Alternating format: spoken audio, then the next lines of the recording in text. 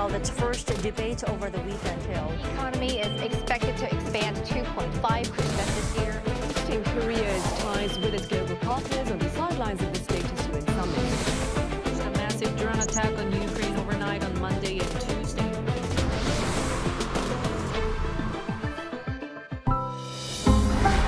Arirang.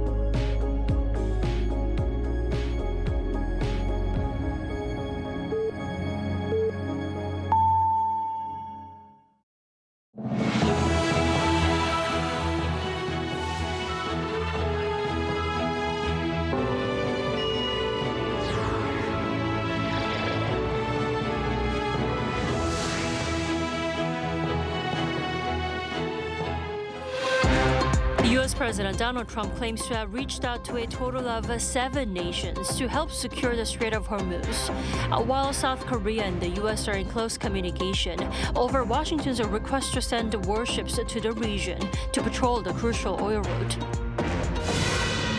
And Trump says he may postpone his upcoming summit with the Chinese leader Xi Jinping if China fails to assist in addressing the Strait of Hormuz crisis. And Netflix's K-pop Demon Hunters wrapped up its award season run on Sunday, winning Oscars for Best Animated Feature and Best Original Song. U.S. President Donald Trump has demanded 7 countries to send warships to Hormuz to join a coalition. Now, Seoul's top office says it should be carefully decided after sufficient talks with Washington. Our Yoon Jung-min has our top story tonight. On U.S. President Donald Trump's call to send warships to the Strait of Hormuz, the Blue House said on Monday that the matter should be reviewed very carefully. It should be decided after South Korea and the U.S. take enough time and carry out sufficient discussions.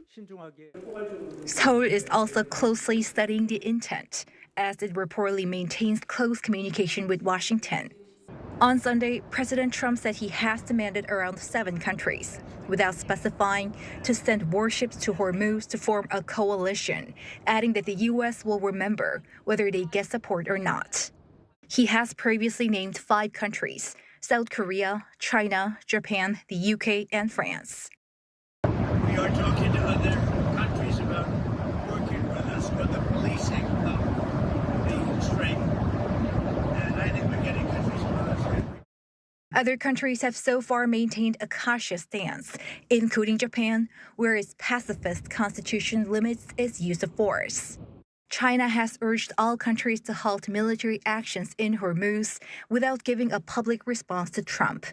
Since its war with the U.S. and Israel, Iran has mostly blocked shipping in the strait, where 1/5 of global oil normally passes through.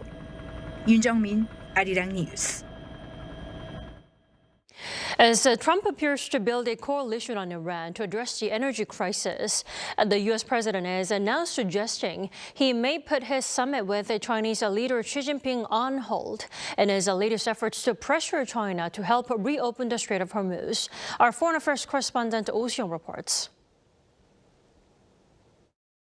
U.S. President Donald Trump says his summit with Chinese leader Xi Jinping this month could be postponed if Beijing doesn't help address the Strait of Hormuz crisis.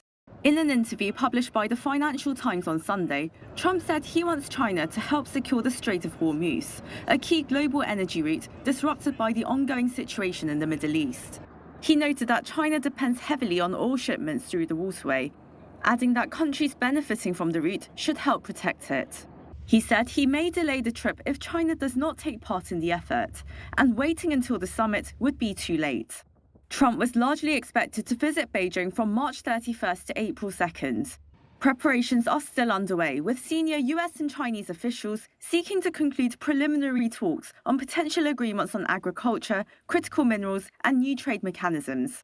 Led by US Treasury Secretary Scott Bessent and China's Vice Premier He Lifeng, the delegations met for more than 6 hours on Sunday at the Paris headquarters of the Organization for Economic Cooperation and Development.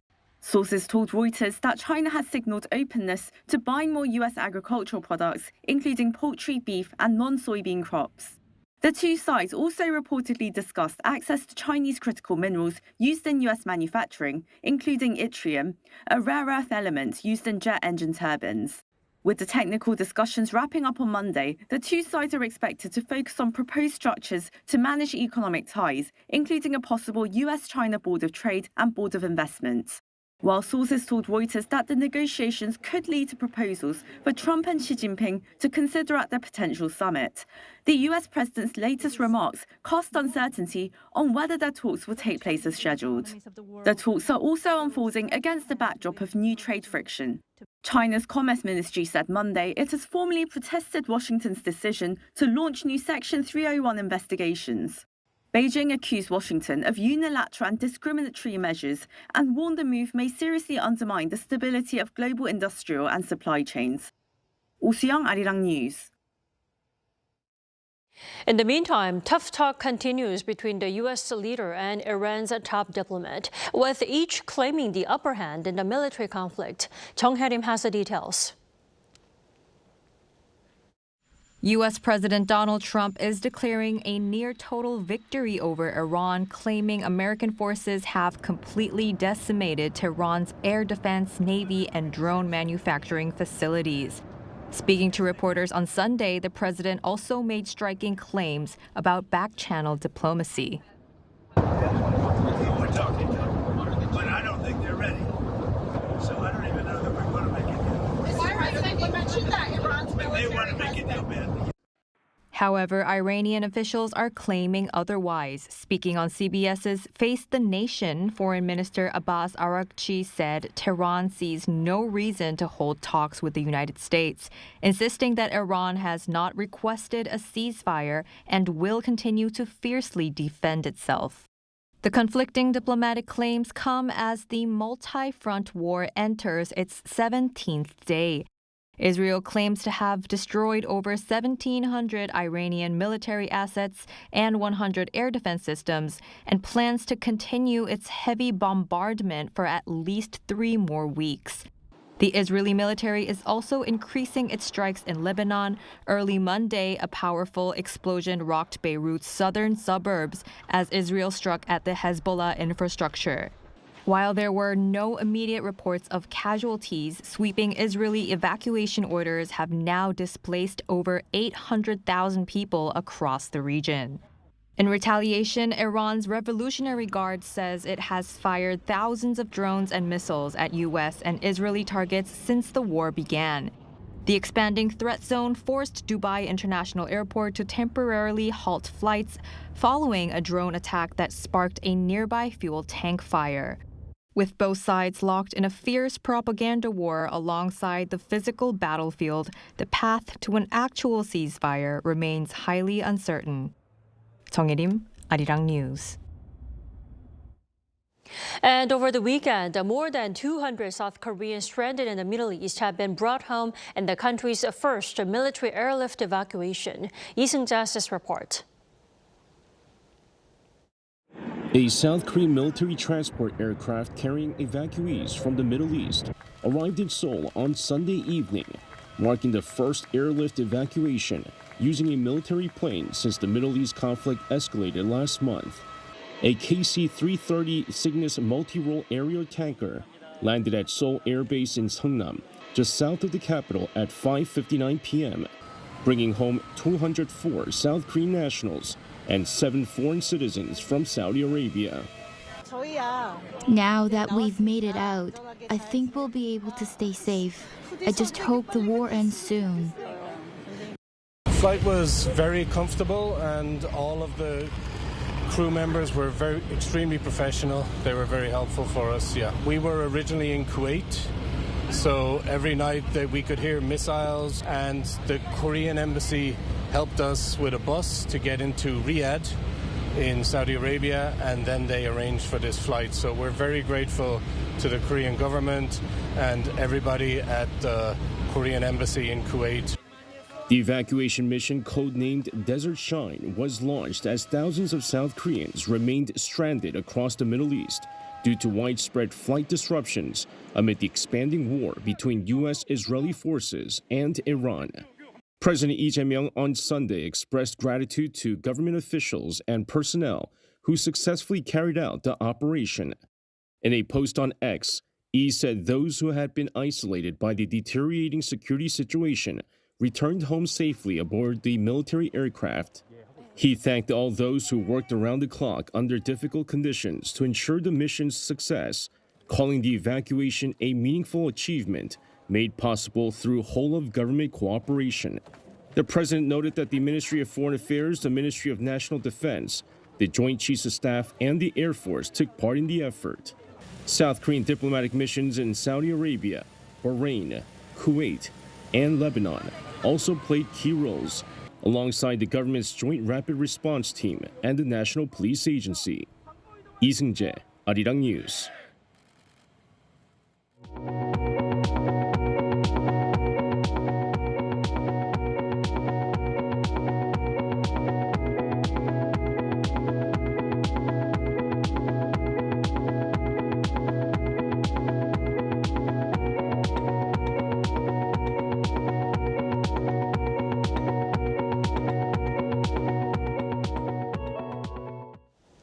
The South Korean government and the ruling Democratic Party agreed Monday to release strategic oil reserves over the next 3 months to ease the impact of surging global energy prices following the Middle East conflict.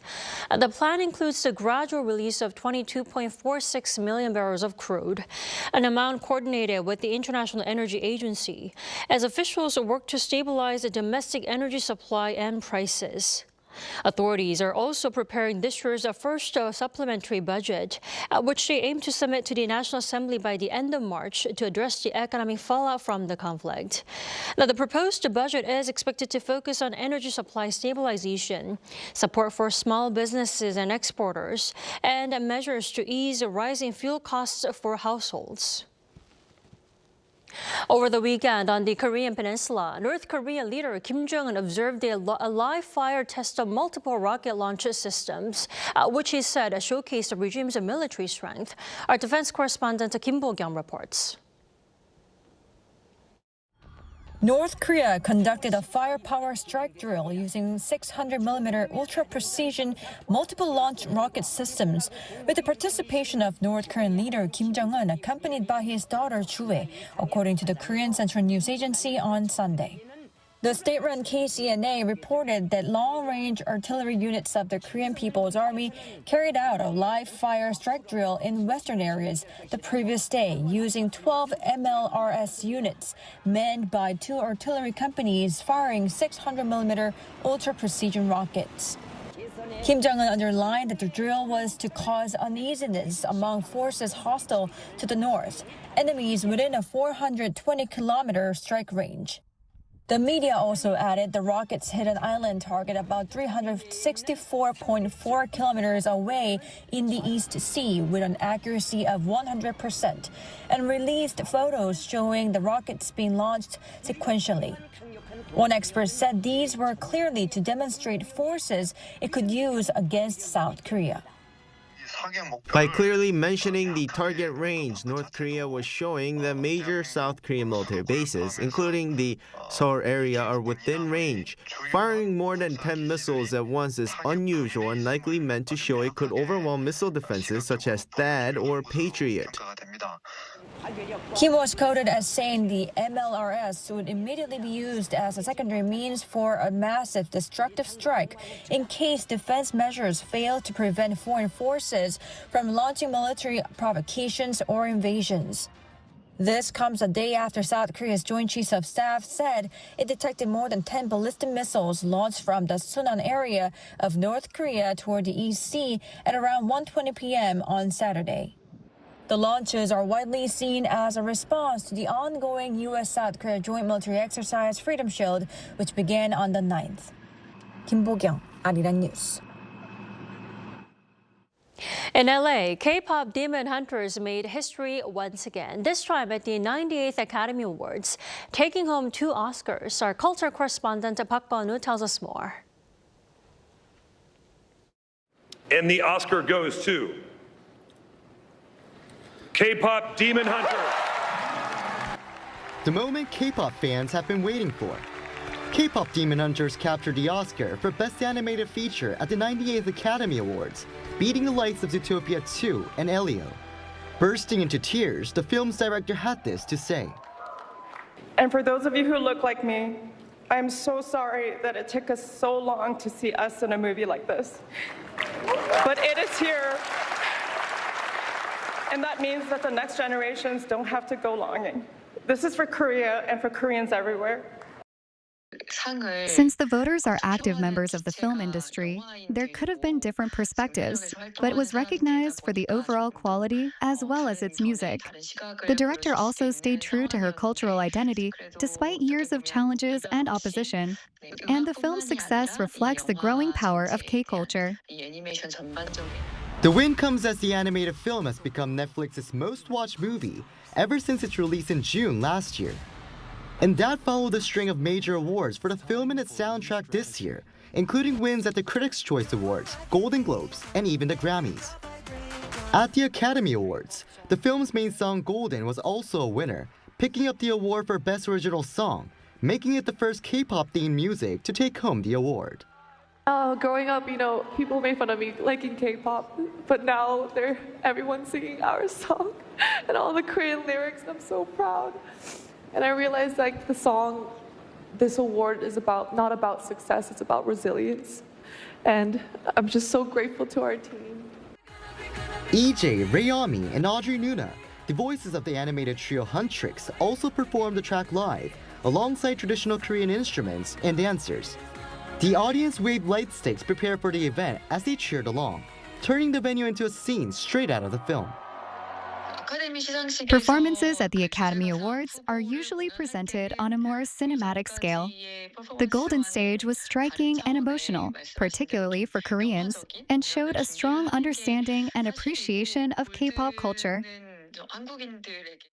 On Monday, South Korea's President Lee Jae-myung congratulated the creators on the win, saying it showcased the global power of Korean culture and broadened its horizons, and bringing pride to Koreans worldwide while inspiring the next generation. With K-pop Demon Hunters resonating with global fans and sweeping major awards, attention is now turning to what comes next for K-pop-inspired storytelling on the global stage. 박건우, Arirang News.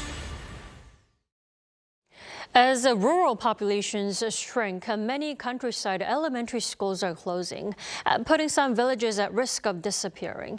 But a rural study program is bringing fresh hope, attracting students from big cities to local schools. Our Jong-un has the story.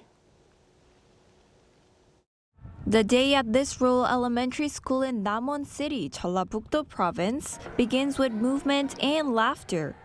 Instead of going to private academies, these children rush to the gym for physical activities. Here, students enjoy skating and skateboarding and escape from academic stress. All of us really enjoy going outside and inline skating, or riding boards or bikes. The rural study program in Jeollabuk-do Province targets small elementary schools with between 10 and 60 students and offers up to 500,000 won per month in financial support for families moving to the countryside. The number of students at this school rose from 24 to 66 this year. However, limited facilities and housing make it difficult to accept more students who wish to join the program. Due to limited housing, we were only able to host 4 families, 12 students, which we feel a bit regretful about. Our school will continue to offer programs that keep our students satisfied and meet parents' expectations. We will keep making efforts to maintain an appropriate number of students. Beyond the classroom, the students explore the village itself, where they are encouraged to connect with the wider community. These elementary school students are visiting the Rural Administrative Center, where they'll meet with community leaders and residents and learn about the village as part of the curriculum. Along the way, they stop to observe nature and learn about living organisms, even watching the principal move a beehive from a building. Students also show curiosity about rural life, asking questions and talking with official workers and even the city mayor. After school, we followed two children whose family came from Seoul to join the rural study program this semester. For now, they are staying at a village community center as permanent housing has not yet been arranged. We initially applied for a 2-year stay, but we're also considering continuing through middle and high school. In Seoul, we hardly knew who lived next door, but here, the residents feel like one big family. For many families, the rural study program is more than a temporary experience. It is a chance to rethink what education and community can look like. Jong-un, Arirang News, Namwon.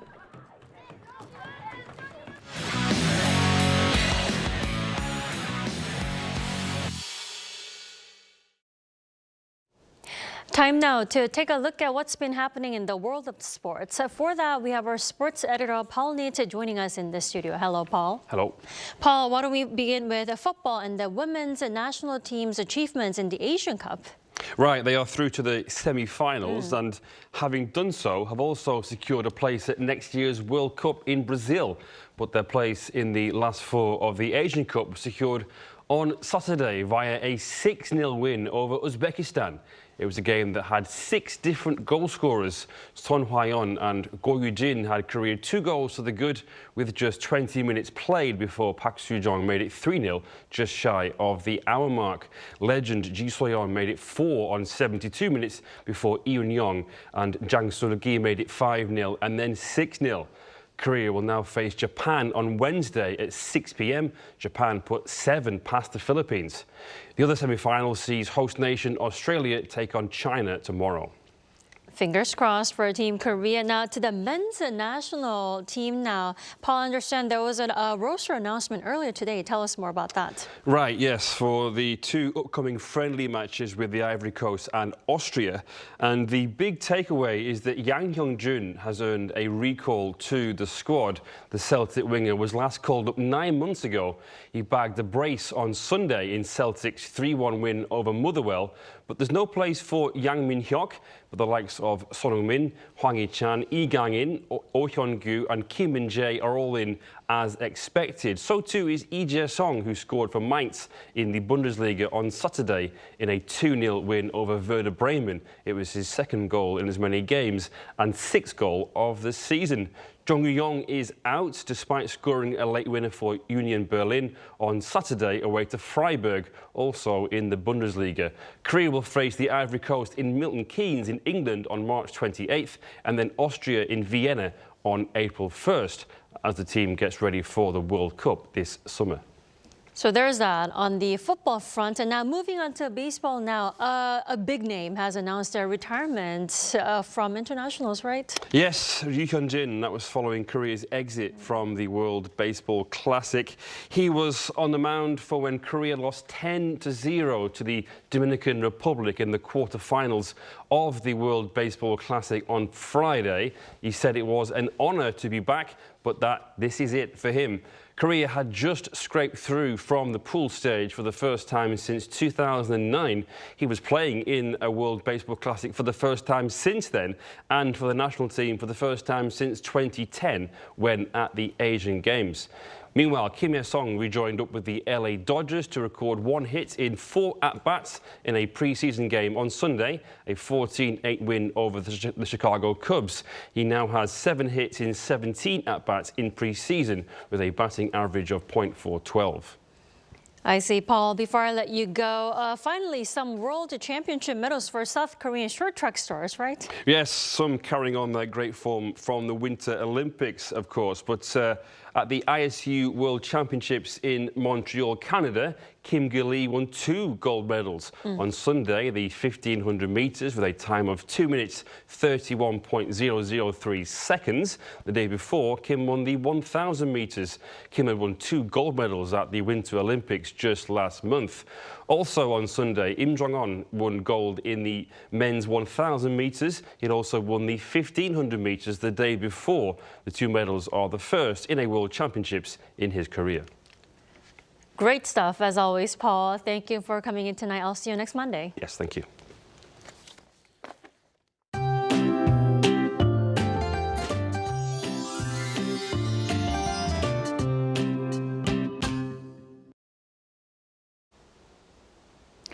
Skies were mostly clear across the country today, but clouds moved in later in the afternoon.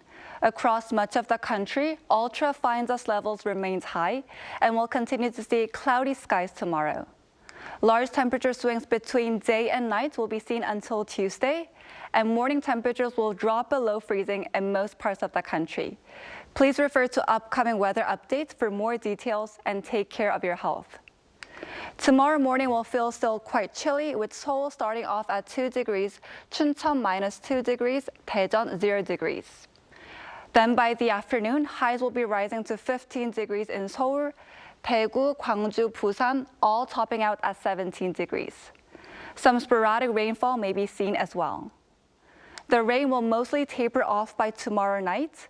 However, on Jeju Island, showers may linger into early Thursday morning. For the rest of the week, we'll continue to see typical early spring weather with large temperature swings.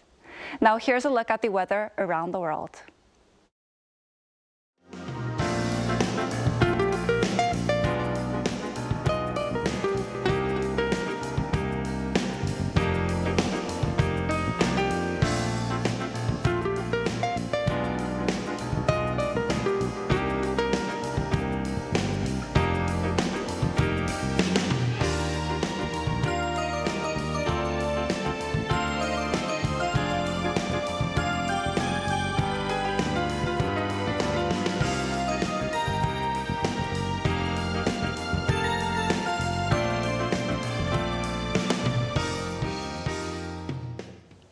That is all we have for tonight. I'm Kim Dami. From all of us here at Arirang, thanks for watching and good night.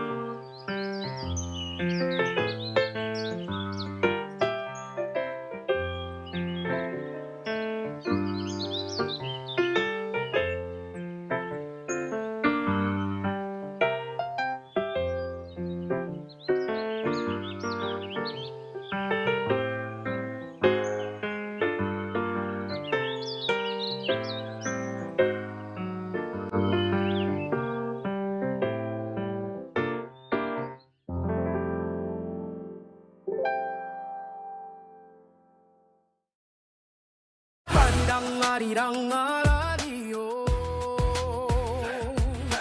아리랑 고개로 넘어간다 힘껏 달려라 멈추지 마라 세상 끝까지 가자 아리랑 아리랑 아라리요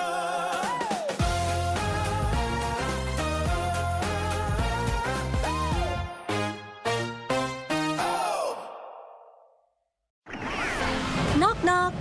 The magical door to the world of K-animation is swinging wide open. Meet your instant new BFF, the adorable Catch. Tina Ping will have you hooked from the very first glance. Need a hand? Our Robocar Poli Rescue team is always zooming in to save the day. How about tagging along on Pinkfong and Pal's super exciting quest to reclaim their lost magic?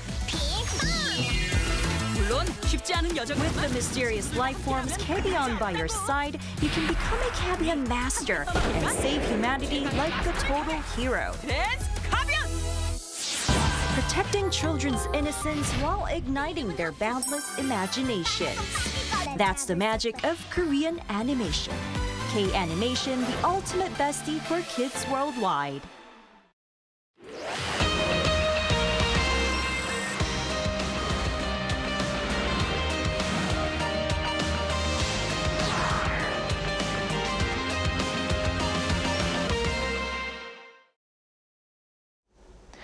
Welcome to Within the Frame, where we bring the most pressing issues across the globe into focus. I'm Kim Mo-gyun.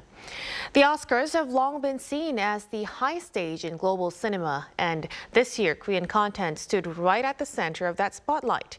At the 98th Academy Awards, KPop Demon Hunters won Best Animated Feature and Best Original Song, a powerful sign that a story built on K-pop and Korean cultural elements can resonate far beyond Korea. Its theme song, Golden, also made history as the first K-pop song performed on the Oscar stage, drawing attention with a performance that blended traditional Korean music and dance. And although also Bugonia, based on the Korean film Save the Green Planet, did not win, its nomination itself marked another milestone for Korean content IP. So what do these results reveal about the expanding global influence and staying power of K-content? For a deeper discussion on this, we connect to Jason Bejervaise, Assistant Professor of the Office of International Affairs at Hanyang University. A big welcome. Hello, Mo-gyun. Thank you for having me. Thank you. And also joining us is Mark Raymond, Professor of Department of Media and Communication at Jong-un University. Good to see you, Professor. Nice to see you. So let's start our discussion with Professor Bejervaise. So at the Academy Awards, K-pop Demon Hunters won Best Animated Feature and Best Original Song.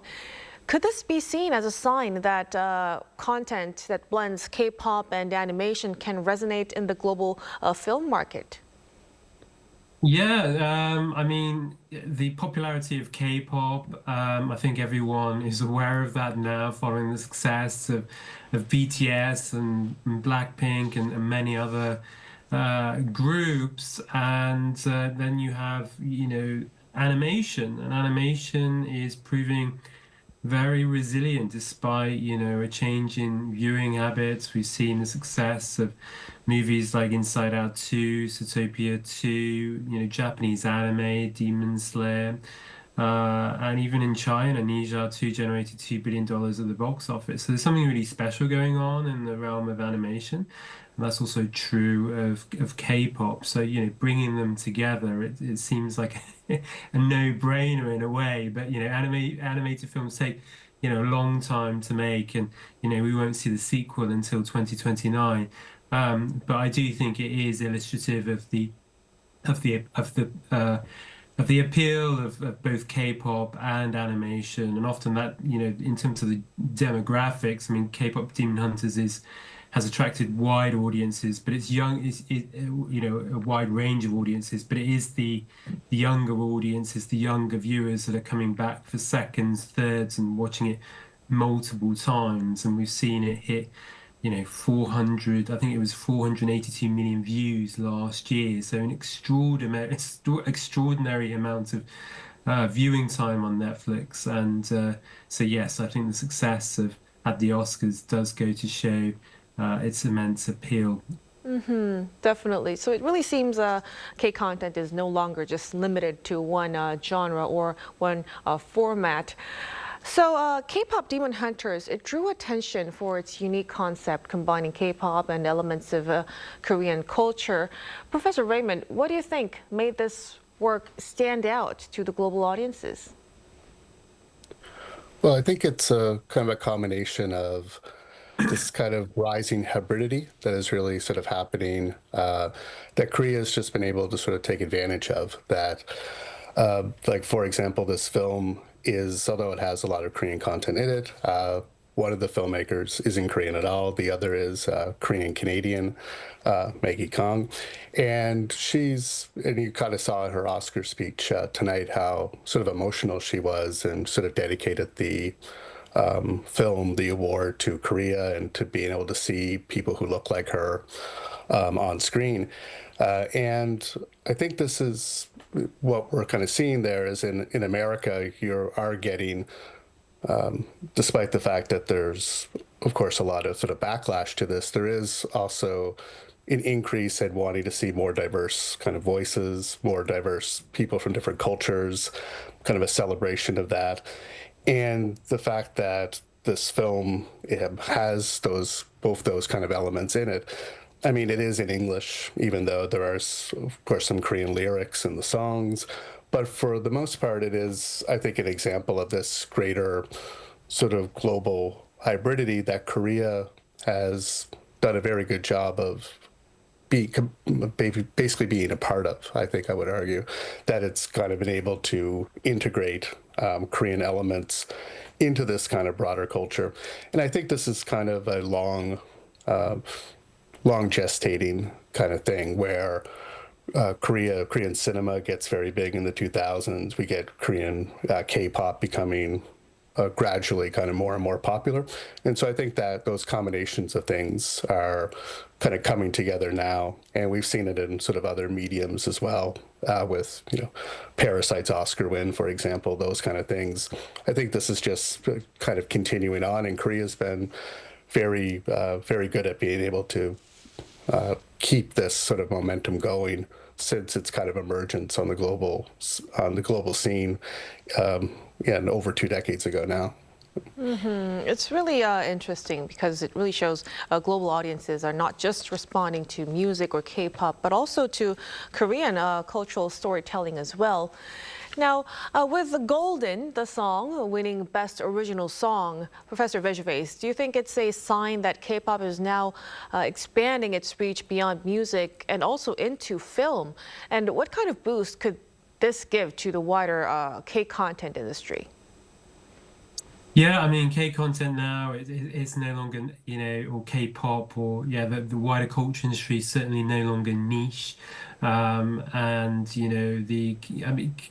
Demon Hunters obviously did very well at the Oscars, but it was winning all the precursors as well, at Critics' Choice, Golden Globes, the Emmys. It's just been completely dominant. It's mainstream, and it's remarkable actually its longevity. So I've been back to the UK a few times, and I just see how it's still in the top 10 charts, quite high up.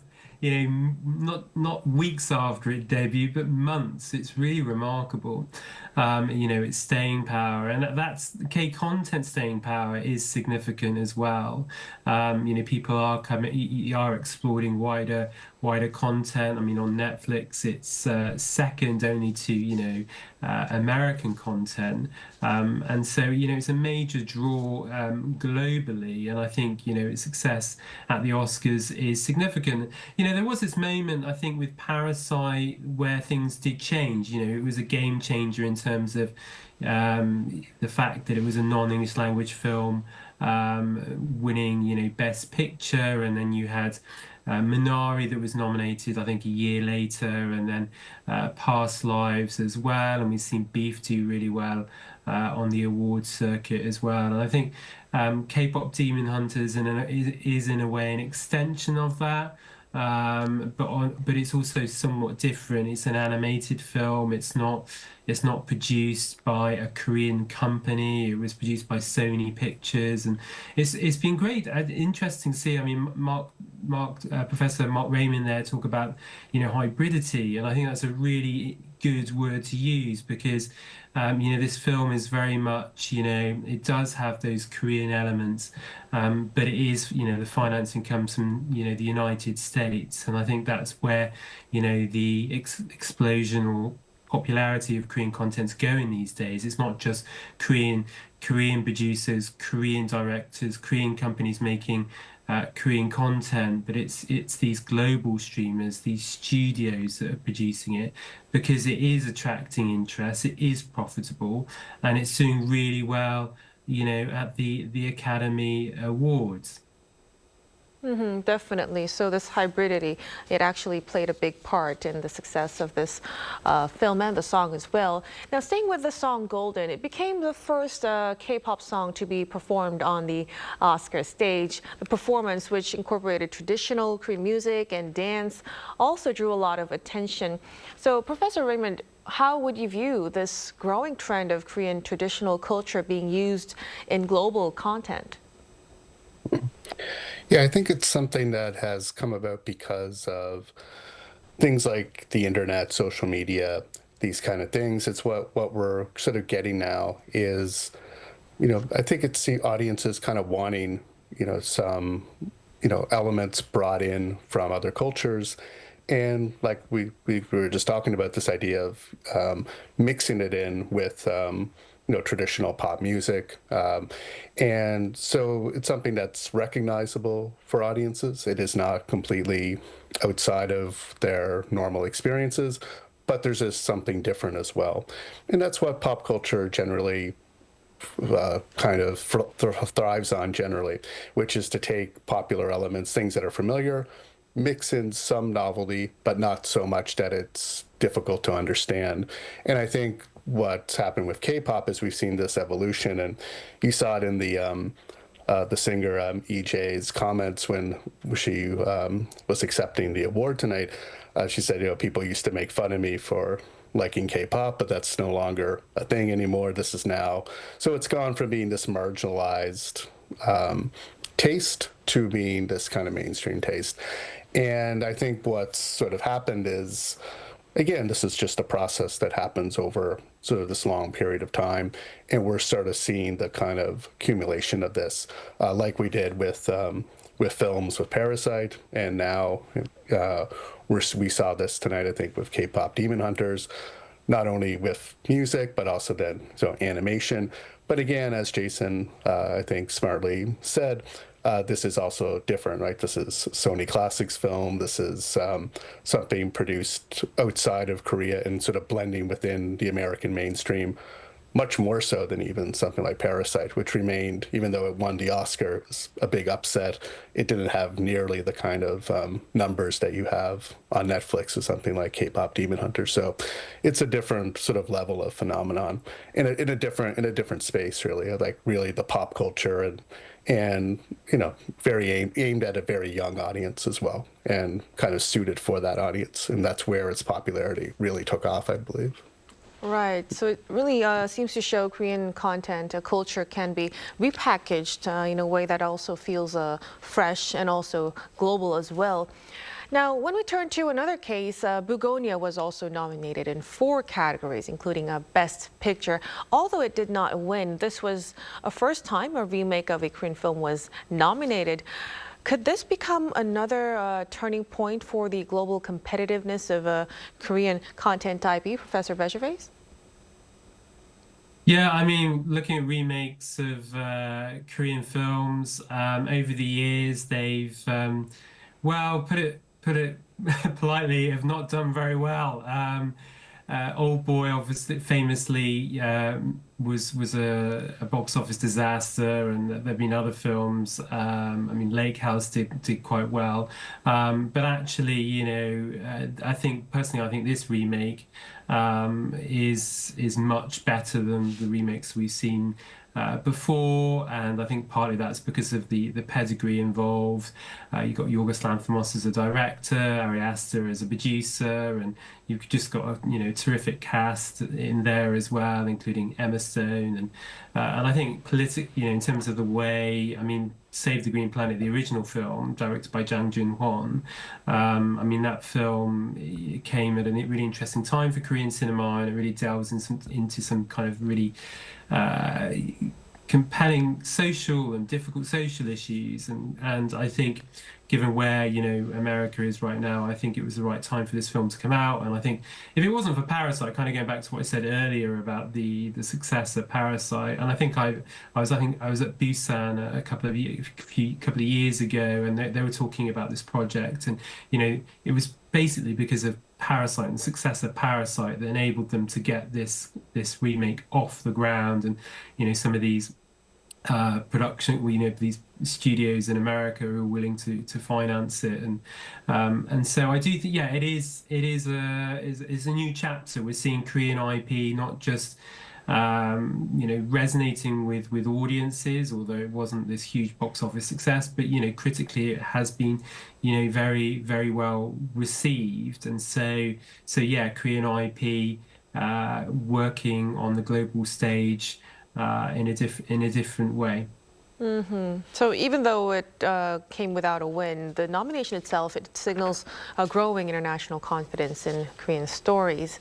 Now, more broadly, when we go a little bit broader, at recent Academy Awards, we have just seen content from not just Korea, but many different countries competing on the same stage. Professor Raymond, why do you think the Academy, which has long been seen as a conservative and a Hollywood-centered awards body, is kind of changing in this direction?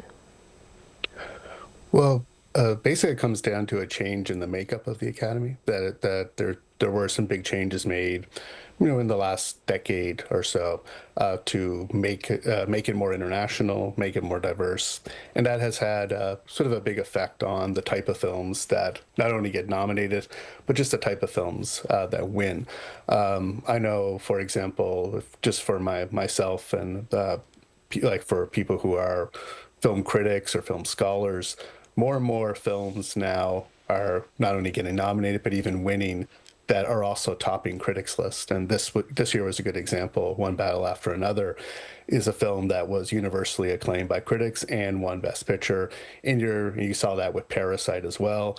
You just are getting more of that now than you did 10 to 15 years ago, where the selections, like you mentioned, were more kind of conservative, appealed to kind of older taste, were not really critically as respected. And that has really changed. And you are also getting more and more foreign films get nominated for Best Picture. You saw that this year with The Secret Agent from Brazil, Sentimental Value from Norway.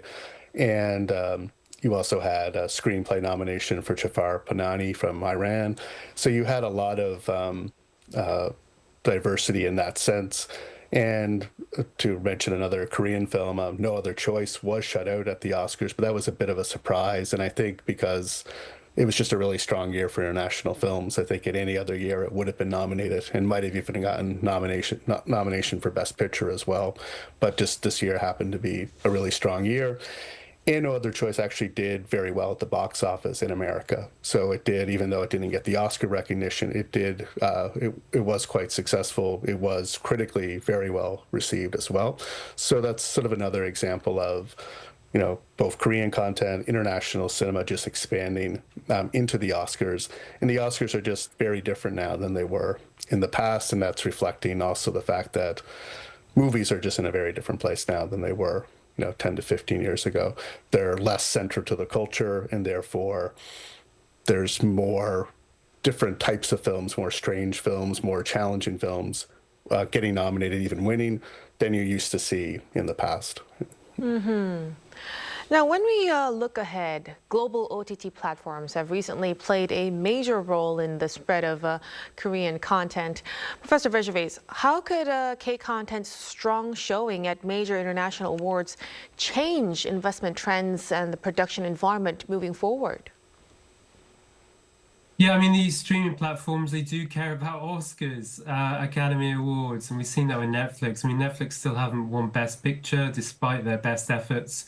They've come close a few times with movies like Roma, but they've never managed to get the crown jewel of the the Academy Awards. And who knows, maybe they see Korean content as a way in which to secure that. But they have now won another Oscar for Best Animation, K-pop Demon Hunters, and so I think. Yeah, I mean, ultimately, it is worth mentioning. Ultimately, these stream platforms, they care about eyeballs. They care about the number of subscribers and who's watching. How many, and the kind of numbers their content is generating. And if Korean content wasn't getting those eyeballs, they wouldn't care so much in Korean content. But as it happens, Korean content does generate that attention and does pull in those subscribers, as we've seen with shows like Squid Game and others, Extraordinary Attorney Woo, The Glory, All of Us Are Dead, and many others, and films too. I saw that The Great Flood actually did really well, despite getting a critical bashing from many critics after it screened in Busan last year. But yeah, it did surprisingly well. I mean, I think it even outperformed the Knives Out sequel. So, but yeah, Oscars do give that do give content credibility, prestige. And Korean content is hitting that, and the marketing and the marketing power that it gets as a result of all that attention at the Oscars. It does. That's what they do. That's what these streamers do care about, and so it is, I suppose, a win-win situation. When you do get a success like K-pop Demon Hunters, it is doing well on the streaming platforms, but it's also getting that extra publicity as a result of the attention and the success at the Academy Awards. Definitely. So greater global recognition would eventually lead to bigger investment and a more ambitious production environment, of course. And we will be looking forward to and hoping for more of these kinds of accomplishments in the future. But as for now, we'll have to leave our discussion right here. Thank you so much for your insights, Professor Begervais. Thank you. And Professor Raymond, thank you so much. Thank you. And that'll be all from us on Within the Frame. Be sure to tune in again next time as we continue to explore the stories that matter. Till then, stay informed and engaged.